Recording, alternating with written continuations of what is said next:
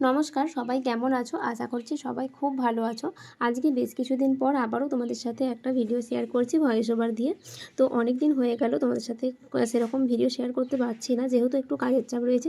তো আজকে ভাবলাম একটা ভিডিও এডিট করে তোমাদের সাথে শেয়ার করাই যাক। আজকের যেই কাজগুলো করছি এগুলো ইশিতাদির অর্ডারে বানানো।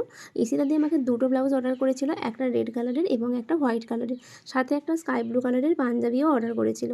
আজ আমি তোমাদের সাথে এই রেড কালারের ব্লাউজটা প্রথমে শেয়ার করছি, তো তারপরে কিন্তু পাঞ্জাবির কাজটা তোমাদের সাথে শেয়ার করব। আর হোয়াইট কালারের যে ব্লাউজটা, ওটার একটু প্রবলেম হয়ে গেছে, যার কারণে যে কাজটা করতে পারিনি।